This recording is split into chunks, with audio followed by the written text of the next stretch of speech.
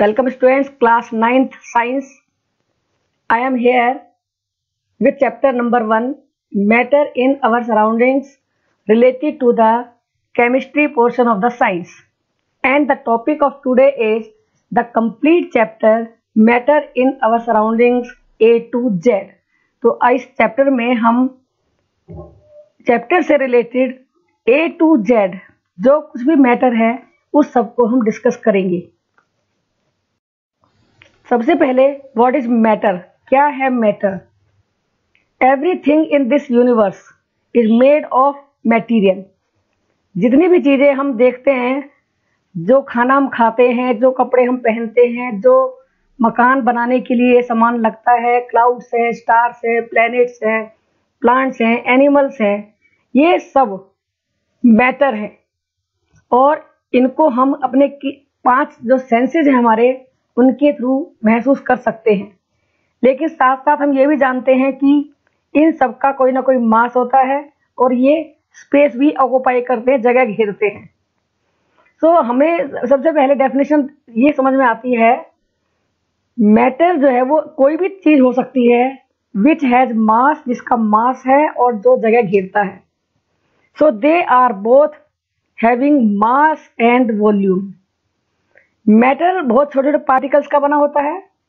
इन particles के बीच में स्पेस होता है जो कि मैटर की अलग अलग कंडीशंस में, स्टेट्स में, अलग अलग रेंज में होता है। मैटर के पार्टिकल्स एक दूसरे को अट्रैक्ट करते हैं और उनके बीच में अलग अलग अट्रैक्शन फोर्सेस होते हैं। Particles have space between them. इसके लिए हम एक एक्टिविटी देखेंगे कि हम 100 ml बीकर में एक डिस्टिल वाटर लेते हैं और उसको एक लेवल बना देते हैं कि हमने कहाँ तक उसका लेवल लिया है। फिर हम उसमें 50 ग्राम शुगर डालते हैं और उसको अच्छी तरीके से स्टेयर करके मिला देते हैं। तो हम क्या ऑब्जर्व करते हैं कि वाटर के लेवल में कोई अंतर नहीं आया है। वाटर का लेवल जैसा था वैसा ही बना हुआ है। तो कहाँ गए ये शुगर के पार्टिकल्स? तो ये इंडिकेट करता है कि वाटर पार्टिकल्स के बीच में स्पेस है, खाली जगह है, जिसमें शुगर के पार्टिकल्स जगह ले लेते हैं और वाटर का लेवल बिल्कुल भी चेंज नहीं होता है। अब दूसरी एक्टिविटी देखिए, matter is made of tiny particles.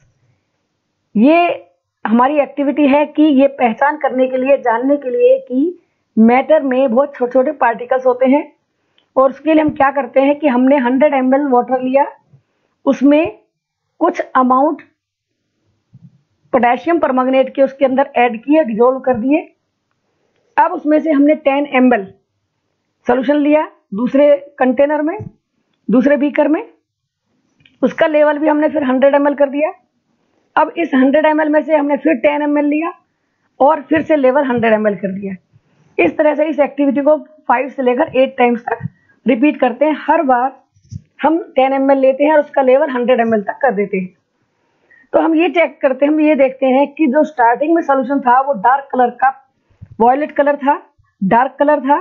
लेकिन जब लास्ट में जो 8 टाइम्स एक्टिविटी करने के बाद सोल्यूशन मिलता है उसमें भी वॉयलेट कलर है, लेकिन वो बहुत ही लाइट है, हल्का है। इसका मतलब फर्स्ट टाइम्स बीकर में KMnO4 के पार्टिकल्स ज़्यादा थे, बड़े साइज के थे, लेकिन धीरे धीरे वो छोटे छोटे पार्टिकल्स में टूटते चले गए और छोटे छोटे पार्टिकल्स उसके लास्ट के बीकर में भी पहुंच गए। तो ये इंडिकेट करता है कि इसमें किसी भी पार्टिकल में, और मेनली यहाँ पर पोटेशियम परमैंगनेट के एक क्रिस्टल में, एक दाने में, एक ग्रेन में मिलियंस ऑफ टाइनी पार्टिकल जो लगातार डिवाइड होते रहते हैं और छोटे छोटे पार्टिकल्स में कन्वर्ट होते रहते हैं और उनका जो इफेक्ट है वो चलता ही रहता है। हम इसका मतलब ये क्या समझे इसमें कि हर एक मैटर के अंदर छोटे छोटे, बहुत छोटे छोटे पार्टिकल्स होते हैं। Particles of matter attract each other. अब एक एक्टिविटी हम देखेंगे कि ये जानने के लिए कि क्या मैटर के पार्टिकल्स अट्रैक्ट करते हैं, तो इसका इफेक्ट हम कैसे जान सकते हैं। इसके लिए हम लेते हैं चौक, आइस का एक क्यूब और आयरन का नेल। आप ये अच्छी तरह जानते हैं चौक का जो टुकड़ा है, अगर उस पर आप कुछ प्रेशर लगाते हो, हैमरिंग करते हो, तुरंत टूट जाता है। लेकिन दूसरी तरफ आइस का क्यूब आप फ्रिज में से निकालते हो या आपके हाथ आपने कहीं से लिया है, तो जो आइस का क्यूब है जब उस पर हम हैमरिंग करते हैं तो वो थोड़ा प्रेशर ज़्यादा चाहिए, उसको हमें ज़्यादा फोर्स लगाना पड़ता है। लेकिन आयरन की नेल को आप कितना ही हैमरिंग करिए, कितना ही प्रेशर लगाइए, लेकिन वो टूटती नहीं है। तो इससे कंक्लूजन क्या हुआ कि force of attraction chalk particles में सबसे वीक है, आइस के पी पार्टिकल्स में थोड़ा सा स्ट्रोंग है, और नेल्स के पार्टिकल्स में, आयरन नेल के पार्टिकल में ये फोर्स बहुत ही स्ट्रोंग है। और ये इंडिकेट करता है कि हर एक मैटर जो भी जिस भी तरीके का है उसमें पार्टिकल्स के बीच में कोई ना कोई अट्रैक्शन फोर्स होता है, चाहे कम हो या फिर ज्यादा हो। अब हम देख के चलेंगे, लेके चलेंगे मैटर और उसकी क्लासिफिकेशन, कितने टाइप के होते हैं मैटर। तो सबसे पहले हम देखेंगे एंशिएंट टाइम में मैटर को कैसे क्लासिफाई किया जाता था। तो एंशिएंट फिलोसफर्स जो दार्शनिक होते थे उन्होंने हमें बताया था कि 5 बेसिक एलिमेंट्स बताए, पंच तत्व, air, earth, fire, sky and water. और उनके अकॉर्डिंगली जो भी चीज है, लिविंग है चाहे नॉन लिविंग है, वो इन्हीं 5 एलिमेंट्स की बनी हुई है, 5 बेसिक एलिमेंट्स की बनी। एलिमेंट्स मीन्स सब्सटेंस, तो जो भी इसके एक फॉर्म हो सकती है, ये 5 से ही बने हुए हैं। लेकिन अब जो मॉडर्न क्लासिफिकेशन में आया, मैटर कैसे क्लासिफाई किया है, ये चेक करके कि उसकी फिजिकल स्टेट कैसी है, उसकी केमिकल नेचर कैसी है। तो 2 बेस पर मॉडर्न क्लासिफिकेशन को किया गया है मैटर के लिए। फिजिकल स्टेट ऑफ मैटर के बेस पर मैटर को क्लासिफाई किया जाता है सॉलिड, लिक्विड और गैस। जब हम उसकी फिजिकल स्टेट देखते हैं, जैसे आपने देखा होगा आयरन नेल, चॉक का पाउडर, ये कैसी स्टेट में है, आपको देखने में लगता है कि इसका शेप आप देखते हो करीब करीब फिक्स होती है, ये सॉलिड स्टेट में है।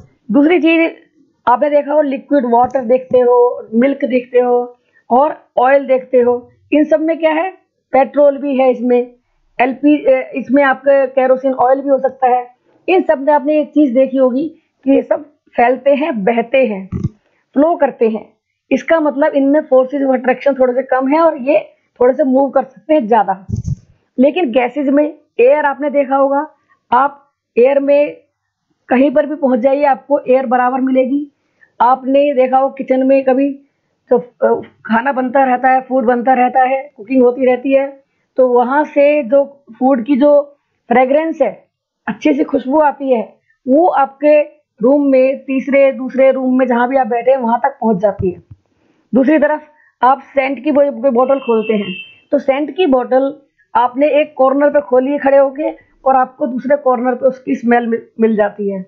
इसका मतलब क्या है कि गैस के पार्टिकल्स का मूवमेंट जो है बहुत ज्यादा फास्ट हो रहा है और ये कहीं भी फैल जाते हैं, बहुत जल्दी फैल जाते हैं। तो इस बेस पर 3 स्टेट हो गई, सॉलिड, लिक्विड एंड गैस। लेकिन केमिकल प्रॉपर्टीज के बेस पर मैटर को क्लासिफाई किया गया है as elements, compounds and mixtures. ये तीनों क्लासिफिकेशन अब हम जो हमारा नेक्स्ट चैप्टर होगा उसमें डिटेल में पढ़ेंगे।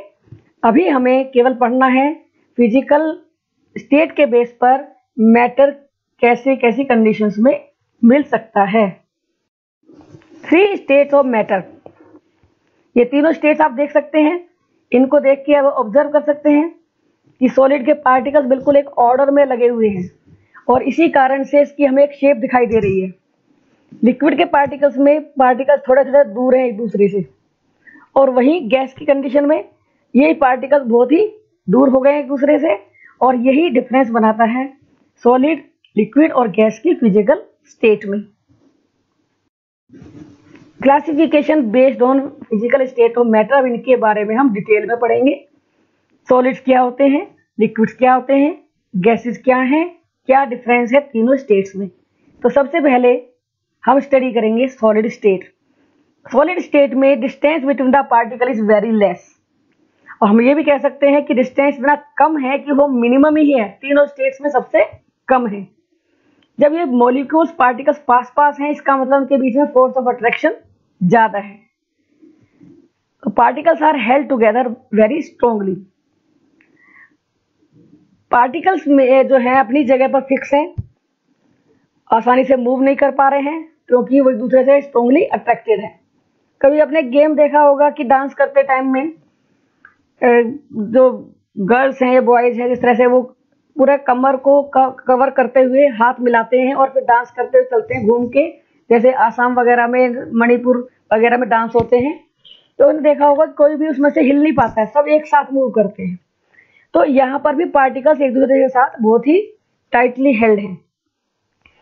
जब ये इतने पास हैं कि इनके बीच में गैप बहुत ही कम है, ना के बराबर है, इसलिए इसको हम और क्लोज नहीं ला सकते, और इसी को हम कहते हैं कि इनकी कंप्रेसिबिलिटी बहुत ही नेग्लिजिबल है। कंप्रेसिबिलिटी मतलब जिसको दबाया ना जा सके। कंप्रेसिबिलिटी किसको कितना दबाया जा सकता है। तो आपने देखा होगा, आप उन्हें कॉटन लेते हो हाथ में तो उसको हम आप आसानी से दबा देते हो और वो आपके बिल्कुल हथेलियों के बीच में दब जाती है। लेकिन दूसरी तरफ आप ले चौक का टुकड़ा होगा, डस्टर का पीस है, तो अगर आप उसको जो बोर्ड पर यूज करते हैं डस्टर, या फिर कोई आयरन का कोई पीस है, आप कितना ही दबाइए वो दबेगा नहीं। तो इनका मतलब है कि ये अपनी शेप को बनाए रखते हैं, इनकी शेप बिगड़ती नहीं है, जैसी है वैसी ही रहेगी अगर इनके ऊपर आउटर फोर्स लगाया जाता है। ये नेचर कहलाती है रिजिडनेस, कि ये अपने स्ट्रक्चर को बनाए रखते हैं, उसमें कोई चेंज नहीं लाया जा सकता। The solids are state of matter that have definite shape and definite volume, यानी इनका शेप भी फिक्स बनी रहती है, उसमें कोई चेंज नहीं कर सकते हम, चांस नहीं है उनको दबाने का, उनके अंदर पार्टिकल्स का मूवमेंट नहीं है, केवल अपनी जगह पे हिल सकते हैं, केवल इधर से उधर नहीं जा सकते। इनके हमारे सामने एग्जाम्पल है iron, copper, ice, wood and coal etcetera, ये सब सॉलिड्स के एग्जाम्पल्स हैं। Liquid state, in liquid state particles एक दूसरे के क्लोजर हैं as compare to solid state, और पार्टिकल्स के बीच में स्पेस भी कंपेरेटिवली ज्यादा होता है एज कंपेयर टू सॉलिड्स। दूसरी बात कि इनके पार्टिकल्स के बीच में फोर्स ऑफ अट्रैक्शन सॉलिड्स के कंपैरिजन में कम होगा, ये मूव कर सकते हैं, एक जगह से दूसरी जगह जा सकते हैं, जिस कारण से इनका जो शेप है वो उस कंटेनर के अकॉर्डिंग चेंज होती रहेगी जिसमें हम उसको लेंगे, लेकिन वॉल्यूम फिक्स रहता है क्योंकि इतना भी मूव नहीं कर पाते कि एक दूसरे टोटली फ्री हो जाएं। जैसे आपने देखा होगा 1 लीटर मिल्क लेते हैं, 1 लीटर वाटर लेते हैं, तो वो 1 लीटर ही रहेगा, चाहे आप उसको बकेट में डाल देंगे तो बकेट की शेप ले लेगा, आप उसको ग्लास में डालेंगे तो ग्लास की शेप ले लेगा, और अगर उसको मग में डालेंगे तो मग की शेप ले लेगा, यानी शेप बदलती जाएगी।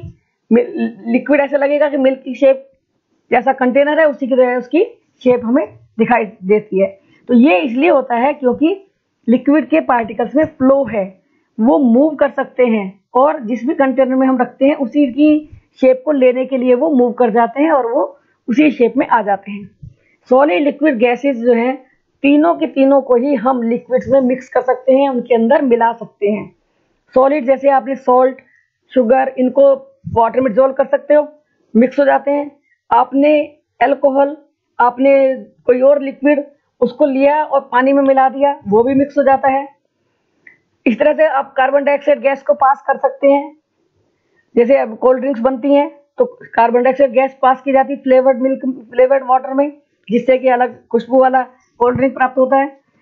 और एक सबसे बड़ी बात है कि पानी के अंदर जो जीव रहते हैं, जो एक्वेटिक एनिमल्स हैं, वो पानी के अंदर इसीलिए लिविंग है, इसलिए ही उनकी लाइफ है, क्योंकि पानी के अंदर ऑक्सीजन गैस डिसॉल्व होती है, और उसी ऑक्सीजन के कारण एक्वेटिक एनिमल्स की लाइफ रहती है, वो जीवित रहते हैं। तो लिक्विड्स के हमारे पास एग्जाम्पल काफी सारे हैं। वाटर जिसको हम रोज यूज करते हैं, ऑयल, मिल्क, ये सब एग्जाम्पल्स लिक्विड के हैं। अगर ये बिखर जाए तो तुरंत दूर तक फैल जाते हैं, जबकि आप अगर सॉल्ट के पार्टिकल को रखेंगे तो दूर तक कहीं नहीं जाएगा, जहां है वहीं रखा मिलेगा आपको। तो ये था लिक्विड स्टेट के बारे में। नाउ गैस स्टेट, गैस के जो पार्टिकल्स हैं उनके बीच में बहुत ज्यादा जगह है, बहुत दूर तक फैल जाते हैं। एक रूम में आप एक जगह पे सेंट की बोतल खोलते हैं और पूरे रूम में आप उसकी स्मेल देख सकते हैं, उसकी फ्रेग्रेंस महसूस कर सकते हैं। इसका मतलब उसके पार्टिकल बहुत दूर दूर फैल जाते हैं। स्पेस ज़्यादा है, स्पेस ज़्यादा है इसलिए उनके बीच में अट्रैक्शन सबसे कम होगा सॉलिड, लिक्विड एंड गैस तीनों स्टेट्स के कंपैरिजन में। पार्टिकल्स का मूवमेंट बहुत फास्ट है। सेकंड्स में आप fragrance of scent, fragrance of the cooking food observe कर सकते हैं। इसका मतलब बहुत तेजी से पार्टिकल मूव करते हैं। हाईली कंप्रेसिबल है, आप आसानी से क्लैपिंग कर सकते हो हवा में, आपको कोई प्रेशर नहीं लगाना पड़ता, आप आसानी से क्लैपिंग कर लेते हो। और आपको जो है एज कम्पेयर टू वाटर ये बहुत आसान लगता है कि दोनों हथेलियों को आप मिला सकें। इसका मतलब क्या है कि हम हवा को कंप्रेस कर पा रहे हैं, हम हवा को कंप्रेस कर पा रहे हैं। बैलून है, बैलून को आप जैसे ही उसको भरते रहोगे बैलून के अंदर एयर को, तो वो हवा उसके अंदर फैलती चली जाएगी, ज़्यादा वॉल्यूम ले लेगी अगर हम सेम मास को ही उसमें पास करेंगे। तो ये हमारे सामने आता है कि पार्टिकल्स की स्पीड बहुत ज़्यादा है और उनके बीच में गैप बहुत ज़्यादा है, स्पेस बहुत ज़्यादा है। इसी कारण से गैसेस का ना तो वॉल्यूम फिक्स रहता है, ना ही उनकी शेप फिक्स रहती है। जहां पर भी वो हमने सेंट की बोतल, इस सबसे सिंपल एग्जांपल आप सेंट की बोतल देख सकते हो। छोटी सी ट्यूब होती है, छोटी सी बोतल होती है, उस छोटी सी बोतल में भी उतना ही सेंट है। जैसे उसको ओपन करोगे, एक छोटा सा रूम है आपका, तो उसमें भी सारे में स्मेल फैल जाएगी। और एक बहुत बड़ा हॉल है तो वहां पर भी पूरी स्मेल फैल जाएगी। इसका मतलब क्या है कि जहां भी उसको हमने निकाला वहीं पर उसने उसकी शेप भी ले ली और वही वॉल्यूम उसने ले लिया। तो इसकी वॉल्यूम भी फिक्स नहीं है और शेप भी फिक्स नहीं है। एग्जाम्पल है एयर है, ऑक्सीजन है, स्टीम है, ये सब एग्जाम्पल है गैसेज के। अभी 3 डायग्राम आप अच्छी तरह देख रहे हो कि वही सेम कंडीशन में जो सॉलिड स्टेट है पार्टिकल्स बिल्कुल क्लोजली पैक्ड हैं, लिक्विड स्टेट में पार्टिकल्स में थोड़ा गैप है, वो मूव भी करते हुए दिखाई दे रहे हैं। सॉलिड के स्टेट में वो केवल हिल रहे हैं, वाइब्रेट कर रहे हैं केवल, लेकिन गैस की कंडीशन में वो वाइब्रेट भी कर रहे हैं, मूव भी कर रहे हैं, इसलिए उनका मूवमेंट फास्ट होगा और वॉल्यूम वो जब चाहे जैसा भी वॉल्यूम ले सकते हैं। ये इन्हीं बेस पर तीनों में डिफरेंसेस भी आप स्टडी कर सकते हैं। इंटरमोलिकुलर फोर्सेज के बेस पर सॉलिड्स में स्ट्रॉन्गेस्ट है, गैसेज में सबसे वीक है। इंटरमोलिकुलर स्पेस सॉलिड्स में सबसे कम है और गैसेज में सबसे ज्यादा है। सॉलिड्स में शेप फिक्स है, वॉल्यूम भी फिक्स है। लिक्विड्स में डेफिनेट शेप नहीं है बट वॉल्यूम फिक्स रहता है। गैसेज में ना शेप फिक्स है ना ही वॉल्यूम फिक्स है। सॉलिड्स की डेंसिटी हाई होती है, उनके हम मेल्टिंग पॉइंट स्टडी करते हैं और बॉइलिंग पॉइंट स्टडी कर सकते हैं। लिक्विड्स की डेंसिटी बहुत कम होती है लेकिन इनके मेल्टिंग पॉइंट, बॉइलिंग पॉइंट बहुत ही कम होते हैं। तो डेंसिटी भी कम, मेल्टिंग बॉइलिंग पॉइंट भी बहुत ही कम होते हैं। गैसेज में डेंसिटी बहुत ही लो होती है, ज्यादा जगह घेर लेती है सेम मास के लिए, इसलिए डेंसिटी कम होती है। सॉलिड्स को हम कंप्रेस नहीं कर सकते, दबा नहीं सकते।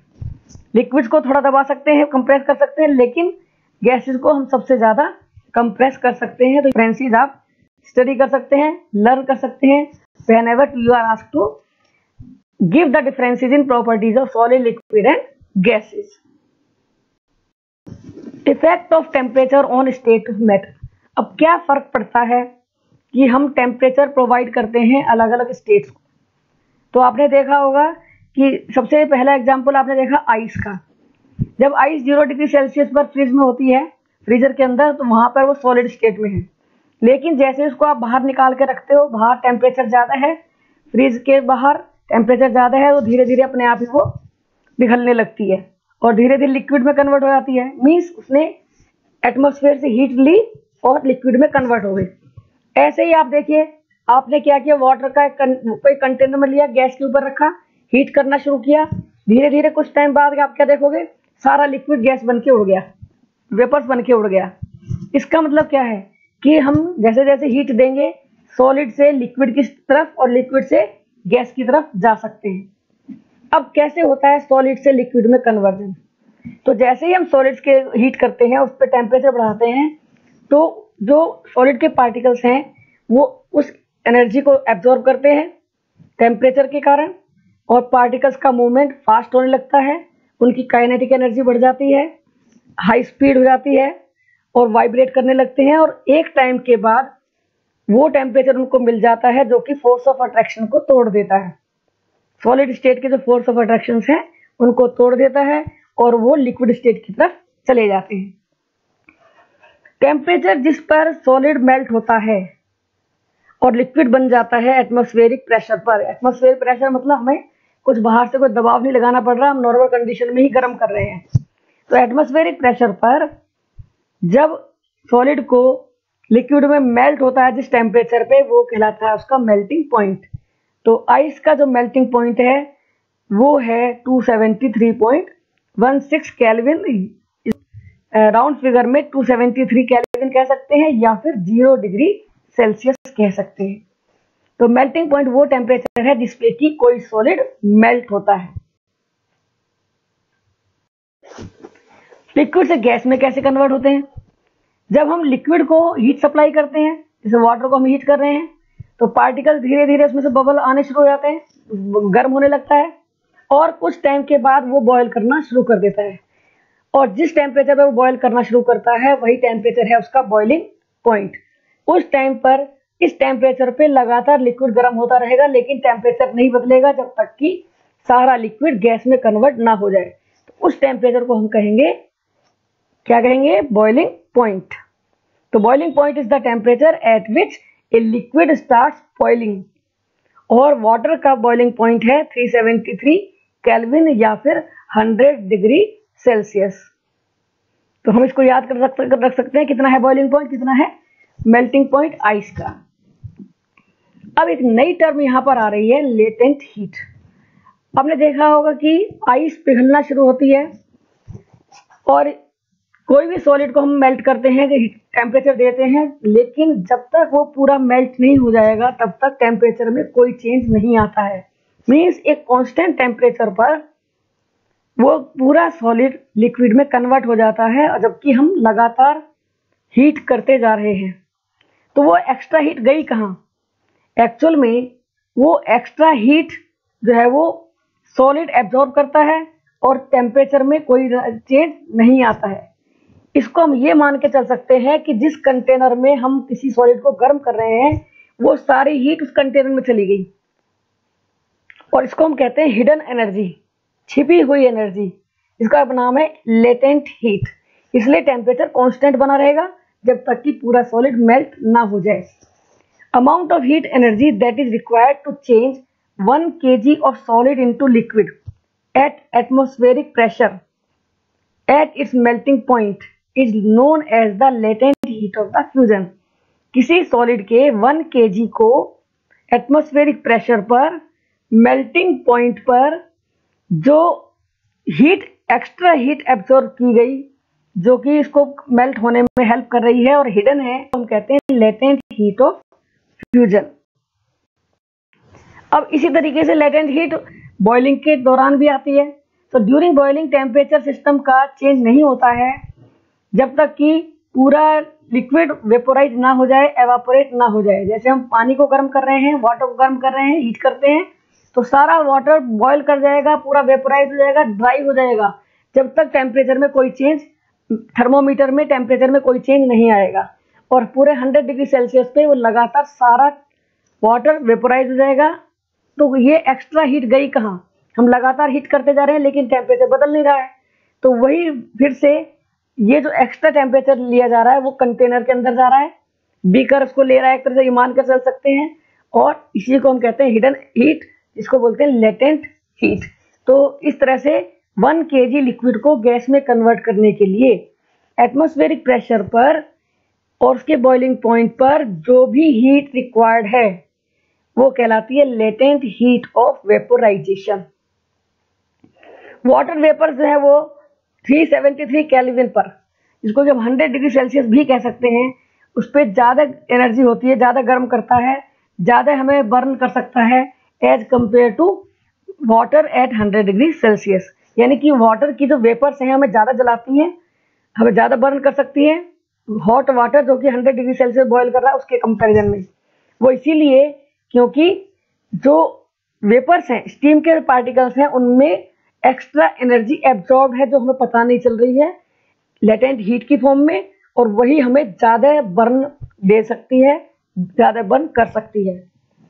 केल्विन जो है वो SI यूनिट टेम्परेचर की, उधर हम इसको 0 डिग्री सेल्सियस पे भी यूज कर सकते हैं लो टेम्परेचर्स के लिए, और उसको कन्वर्ट करने के लिए हम उसमें 273.16 अगर जोड़ दें तो डिग्री सेल्सियस को हम केल्विन में कन्वर्ट कर सकते हैं। तो 0 degree Celsius equal to 273 kelvin.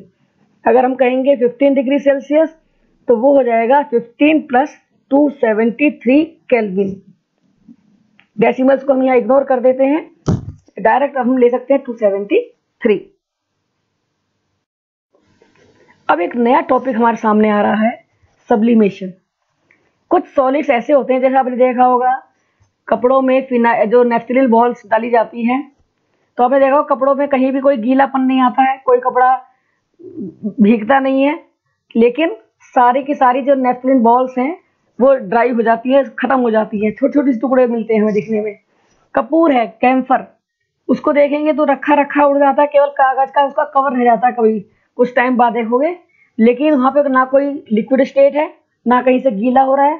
तो ऐसे कुछ सब्सटेंसेस होते हैं जो हीट लेकर सॉलिड स्टेट से सीधे वेपर स्टेट में कन्वर्ट होते हैं, सीधे गैस स्टेट में जाते हैं, और जब उनको हम गैसेस स्टेट में उनको हम ठंडा करते हैं तो वापस वो सीधे सॉलिड स्टेट में कन्वर्ट होते हैं। लिक्विड नाम की कोई स्टेट बीच में नहीं होती है, उन्हें हम कहते हैं सब्लिमेट्स।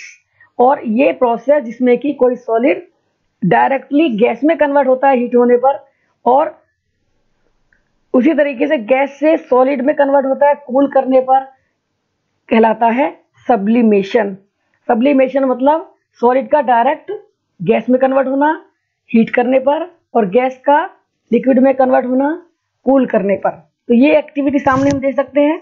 इसमें हम एक डिश, चाइना डिश लेते हैं, इसके ऊपर एक इन्वर्टेड फनेल लगा दी है, इन दोनों के बीच में हमने एक पेपर लगा देते हैं जिससे कि कोई सॉलिड पार्टिकल्स लिक्विड पार्टिकल्स में से पास ना हो पाए, और ऊपर जो फनेल है उसकी नेक पर हम लगा देते हैं कॉटन प्लग, और नीचे से हम उसको जब गर्म करते हैं बीच में अमोनियम क्लोराइड सॉल्ट लेने के बाद, तो कुछ टाइम बाद हम देखते हैं कि जो चाइना डिश का जो आपकी इन्वर्टेड ट्यूब थी उसकी साइड में कुछ सॉलिड जम जाता है। अब यहाँ से जो सॉलिड को हम हीट कर रहे थे नीचे अमोनियम क्लोराइड को, उसकी वेपर्स फिल्टर पेपर में से निकल के ऊपर चली गई, केवल लिक्विड स्टेट भी नहीं गई ना सॉलिड गई, और वो वेपर्स बन गई हैं। वेपर्स जाके इन्वर्टेड ट्यूब की वॉल्स पे जम जाती है सॉलिड स्टेट में। इसका मतलब वहां कोई बीच में लिक्विड स्टेट नहीं है, बिल्कुल गीला नहीं होगा, वेट नहीं होगा, और ये इंडिकेट करता है कि ये सब्सटेंस एक सब्लिमेट है। तो यहाँ पर हो रही है sublimation process. Effect of change of pressure on state of matter.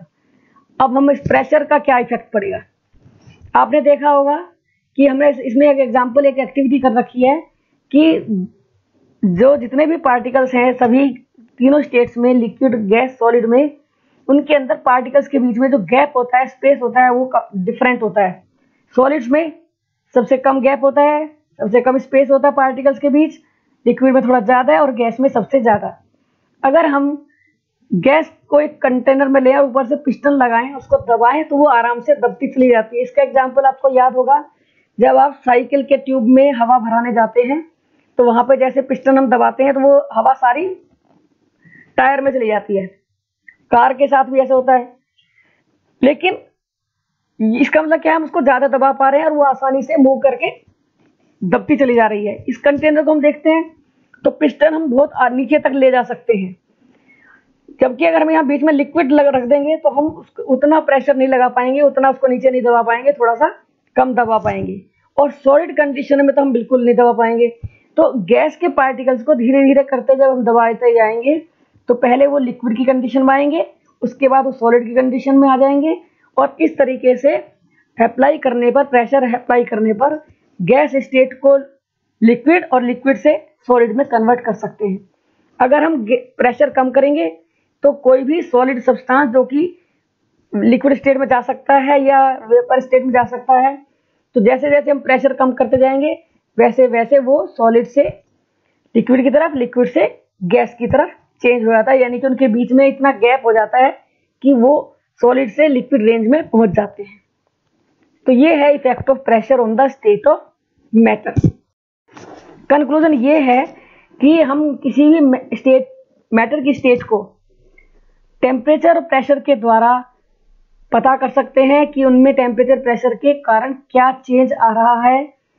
अगर प्रेशर हाई करते हैं तो क्या होगा, प्रेशर हाई करने पर गैस स्टेट लिक्विड की तरफ जाएगी और लिक्विड से सॉलिड की तरफ जाएगी। दूसरी तरफ अगर हम टेम्परेचर कम करते जाते हैं तो भी पार्टिकल्स के बीच में काइनेटिक एनर्जी कम होती जाएगी, सॉलिड से लिक्विड, लिक्विड से गैस बनते जाएंगे। तो इसका मतलब क्या है कि हम किसी भी गैस स्टेट को सॉलिड से गैस की तरफ ले जा सकते हैं अप्लाई करके हाई प्रेशर और लो टेम्परेचर करके, और अगर हम अपोजिट कर दें यानी प्रेशर कम करते जाएं और टेम्परेचर बढ़ाते जाएं तो हम सॉलिड को लिक्विड में और लिक्विड को गैस में भी कन्वर्ट कर सकते हैं। कार्बन डाइऑक्साइड का एक सॉलिड फॉर्म होती है। कार्बन डाइऑक्साइड जानती है गैस होती है, और इसका हम बहुत ही कम टेम्परेचर पे -42 डिग्री सेल्सियस के आसपास इसको हम सॉलिड स्टेट में कन्वर्ट कर सकते हैं। और वो सॉलिड कार्बन डाइऑक्साइड बिल्कुल आइस जैसी लगती है, और उसको हम जब गर्म करते हैं, टेम्परेचर मिलता है तो तुरंत वो गैस में कन्वर्ट हो जाती है without changing into liquid state. इसलिए हम उसको कहते हैं ड्राई आइस। आइस में क्या होता है, आइस पहले लिक्विड वाटर बनाएगी, फिर उसके बाद में वेपर्स बनाएगी गर्म करने पर, लेकिन कार्बन डाइऑक्साइड का जो सॉलिड फॉर्म होगी वो सीधी कार्बन डाइऑक्साइड गैस में कन्वर्ट हो जाती है। तो इसको आप आसानी से देख सकते हैं, समझ सकते हैं। ये था इसमें conclusion, effect of temperature and pressure on the different state of matter. तो आज के लिए इतना ही, आपका चैप्टर कंप्लीट है। आप इसको समझिए, ध्यान से सुनिए और देखते रहिए अगले वीडियो को, जो भी आपके लिए हम लेके आएंगे। Thank you.